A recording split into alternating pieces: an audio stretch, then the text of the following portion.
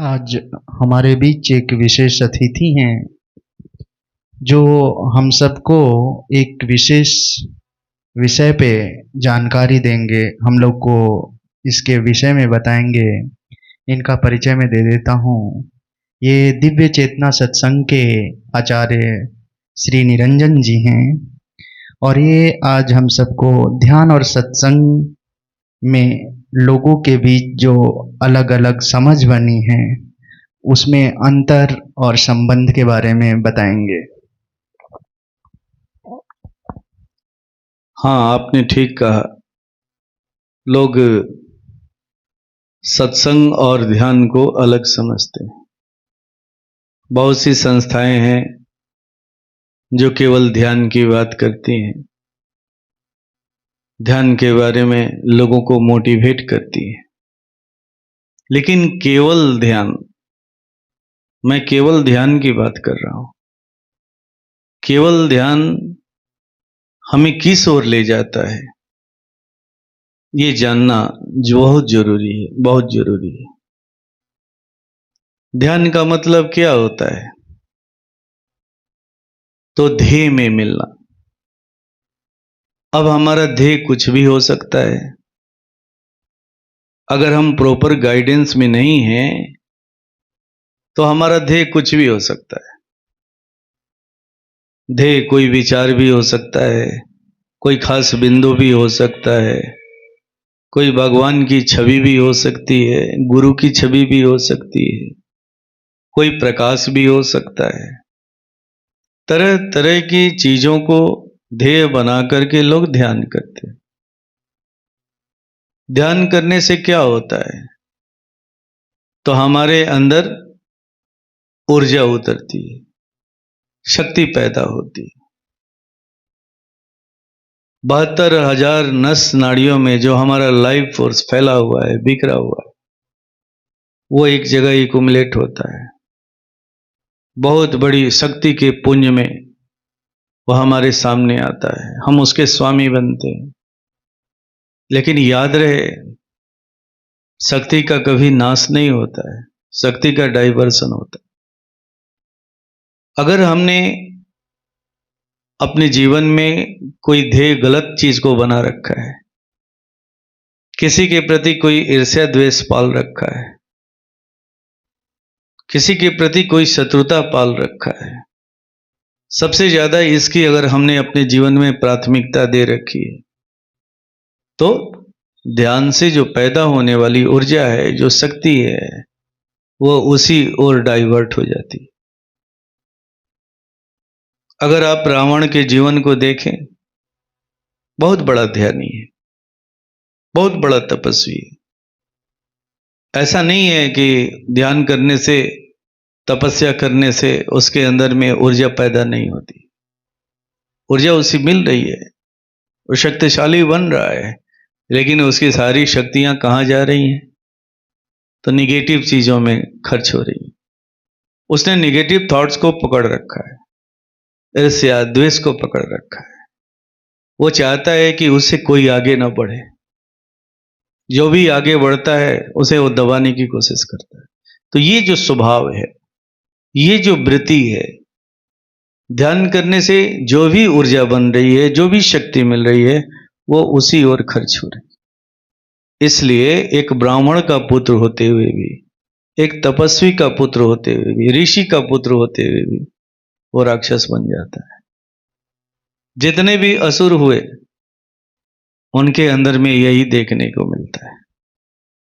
अगर वही ध्यान में अगर हमने ध्येय, अगर अच्छी चीजों को बनाया है, अच्छे विचार को बनाया है, किसी सत्पुरुष को बनाया है, जो ठहरा हुआ पुरुष है, अगर हमने वैसे पुरुष को, वैसे गुरु को, वैसे भगवान को, वैसे इष्ट को हमने अपना लक्ष्य बनाया है, ध्येय बनाया है, और जब हम ध्यान करते हैं तो फिर उनका गुण हमारे अंदर में उतर जाता है।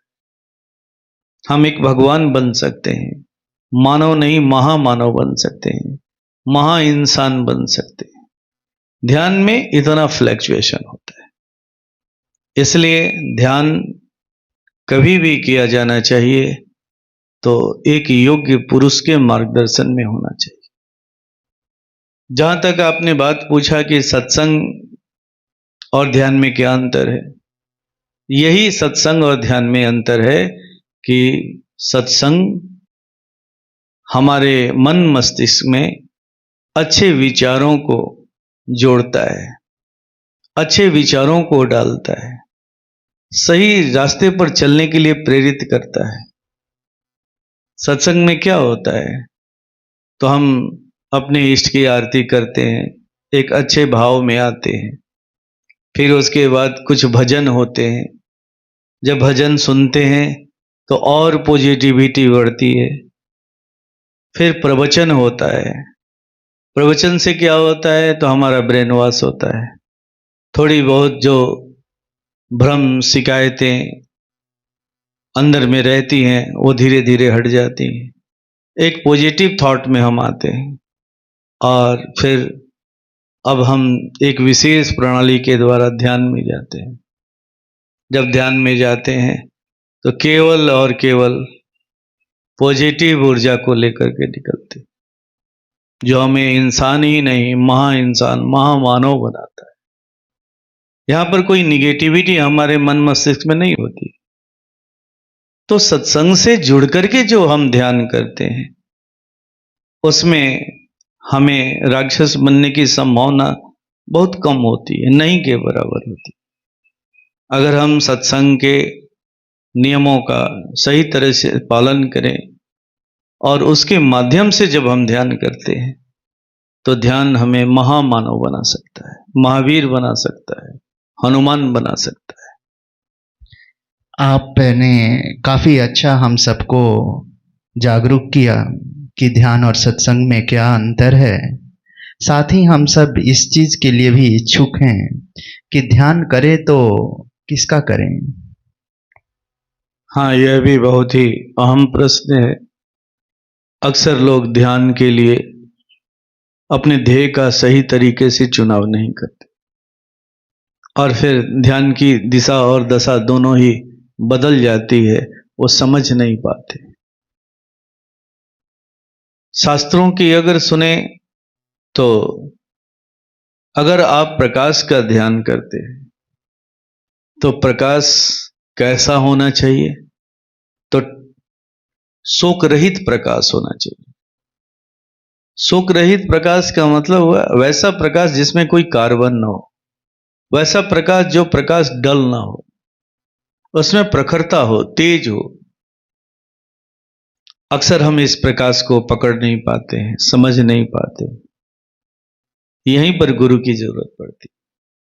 अगर जीवन में कोई सदगुरु है तो ऐसे प्रकाश से आपका परिचय कराता है।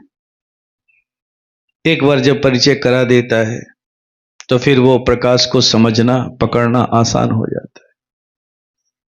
अगर आप किसी पुरुष का ध्यान करना चाहते हैं तो पुरुष कैसा होना चाहिए, तो वो पुरुष विषय वासनाओं से ऊपर होना चाहिए।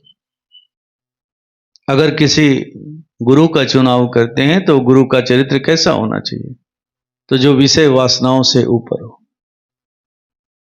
ठहरा हुआ पुरुष। जब हम एक ठहरे हुए पुरुष को, ठहरे हुए गुरु को माध्यम बनाते हैं तो हम भी ठहर जाते हैं। आपने बुद्ध और अंगुली माल की कथा जरूर सुनी होगी। बुद्ध के सामने जब अंगुली माल आया तो बुद्ध ने क्या कहा, मैं तो ठहर चुका हूं, तुम कब ठहरोगे। तो अगर किसी महापुरुष का चुनाव करना चाहते हैं तो आप वैसे महापुरुष का चुनाव करें जो ठहर चुका है और उसके माध्यम से ध्यान करें।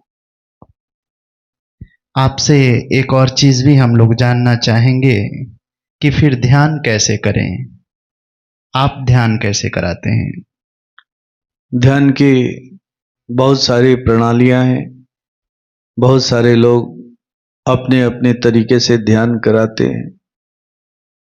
ध्यान का असली उद्देश्य है ठहरना। किस में ठहरना, तो अपने आत्मा में संयमित होना, आत्मा के गुणों को अपने अंदर में उतार। जब हम अपने आत्मा में संयमित होंगे तो उसके गुण हमारे अंदर में। हमारे यहाँ की जो ध्यान प्रणाली है वो थोड़ा सबसे अलग है और विशेष भी है। हमारे यहाँ जो ध्यान प्रणाली है वो गुरु मंत्र पर आधारित है। मंत्र की अपनी शक्ति होती है, लेकिन साथ ही साथ जब गुरु उस मंत्र को देते हैं तो उसमें अपनी ठहरी हुई ऊर्जा को डालते हैं, पिरोते हैं, उससे उसे एक्टिवेट करते हैं। ठीक वैसे ही जैसे एक सिम कार्ड है। सिम कार्ड आप लेकर के मोबाइल में डाल लें और चाहें कि हम उससे कहीं भी संवाद कर ले तो नहीं कर सकते। जिस कंपनी का वो सिम कार्ड है उस कंपनी से आपको उसे एक्टिवेट कराना पड़ता है। जैसे ही हम एक्टिवेट कराते हैं, विश्व के किसी भी कोने में उस मोबाइल के द्वारा हम संवाद कर लेते हैं। ठीक यही होता है हमारे यहाँ की प्रणाली में। जब हमारे गुरु हमें मंत्र देते हैं तो मंत्र की तो अपनी शक्ति है ही साथ वो अपनी ऊर्जा के द्वारा उसे एक्टिवेट कर देते। और जैसे ही एक्टिवेट करके देते हैं और हम उस मंत्र का सहारा लेते हैं, तुरंत अपने अंदर में प्रवेश कर जाते हैं। अगर हम चाहे कि अपने अंदर में प्रवेश कर लें स्वयं के बल पर, स्वयं के पुरुषार्थ से, तो नहीं कर सकते। जन्मों जन्मों बीत जाएंगे, नहीं कर पाते। लेकिन जैसे ही हम गुरु मंत्र का सहारा लेते हैं, तुरंत प्रवेश कर जाते हैं। और जैसे ही प्रवेश करते हैं, हम अपने आत्मा के करीब होते चले जाते हैं, होते चले जाते हैं। और आत्मा के जो गुण हैं, सत्य, अहिंसा, अस्तेय, अपरिग्रह और ब्रह्मचर्य, ये गुण हमारे अंदर में धीरे धीरे भरने लगते हैं। एक दिन हम आत्मा के गुणों से भर जाते। हमारे जीवन जीने की कला बदल जाती है। जीवन की दिशा और दशा दोनों ही बदल जाती है। हमें ये ध्यान मानव ही नहीं महामानव बना देता है। क्या आप हम सबको इस चीज पर भी कुछ प्रकाश डालना चाहेंगे कि आपकी ध्यान की विशेषता क्या है? हमारी ध्यान की सबसे अच्छी विशेषता है कि यहाँ कोई प्रत्याहार नहीं है, कोई धारणा नहीं है।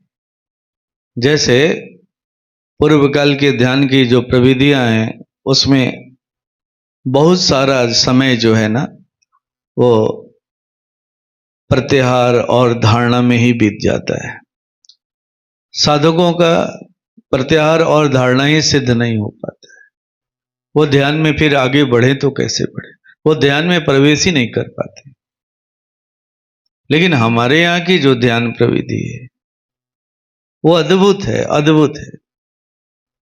बस 1 2 3 और गायब, बस 1 2 3 और गायब। जैसे ही हम मंत्र बोलते हैं, एक बार, 2 बार या तीसरा बार बोलते बोलते ये अवस्था आ जाती है कि गुरु की जो ऊर्जा है, जो उस मंत्र में पिरोई गई थी, उस ऊर्जा का प्रवाह होने लगता है। और बस अब हमें करना क्या होता है, तो अपने आप को उस ऊर्जा के सहारे छोड़ देना होता है। हम कहते हैं ना कि तैरना नहीं है, बहना है। जैसे ही वो ऊर्जा प्रकट होती है तरंग के रूप में, स्पंदन के रूप में, बस केवल और केवल उस ऊर्जा के सहारे अपने आप को छोड़ देना होता है। अब यात्रा वो ऊर्जा कराती है, गुरु की ऊर्जा, जो एक ठहरी हुई ऊर्जा है, जिस ऊर्जा में आत्मा के सारे गुण हैं, वो एक ठहरी हुई ऊर्जा है। और इसी को नानक साहब ने कहा, गुरु नाम जहाज है। गुरु नाम जहाज है। गुरु ने जो मंत्र दिया, जो गुरु मंत्र दिया वही हमारे लिए जहाज का काम करता है। जैसे ही उस पर सवार हुए वो लक्ष्य तक लेकर के पहुंच जाता है।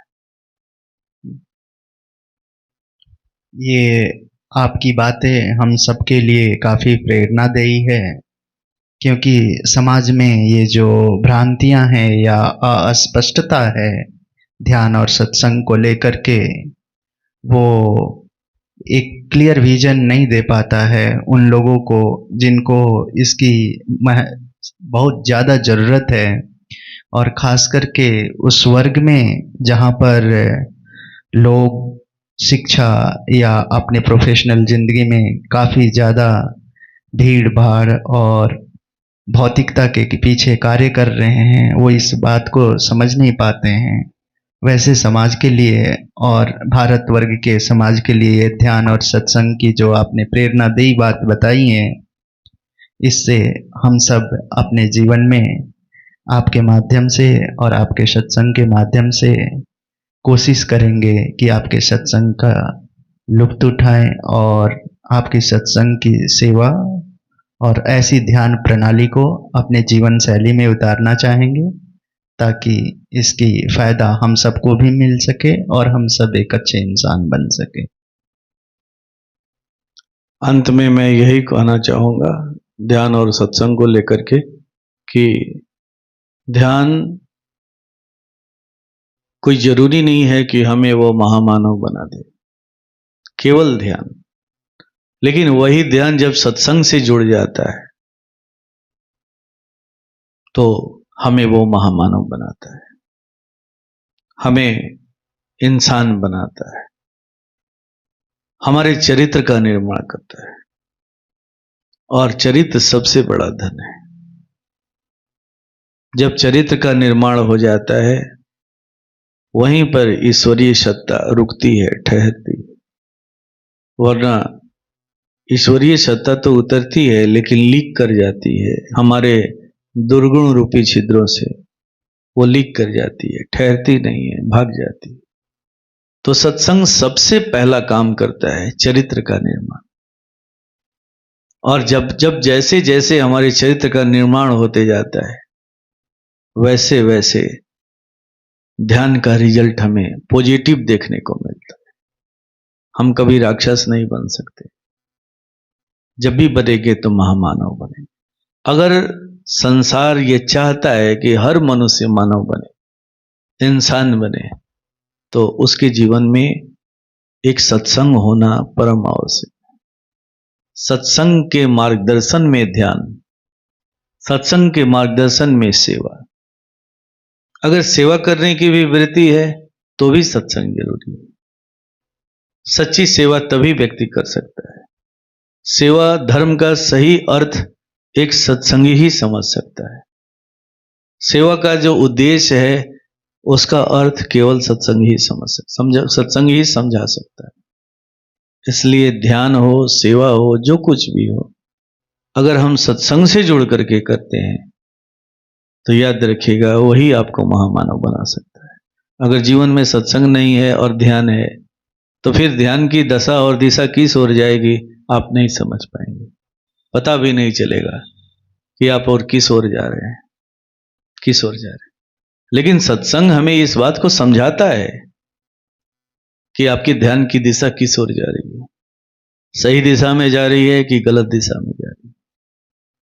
तो सत्संग ध्यान को और अच्छा बनाता है, सुदृढ़ बनाता है, सही दिशा में लेकर के जाता है। यही है सत्संग से जुड़ करके ध्यान करने का फायदा। ओम शांति।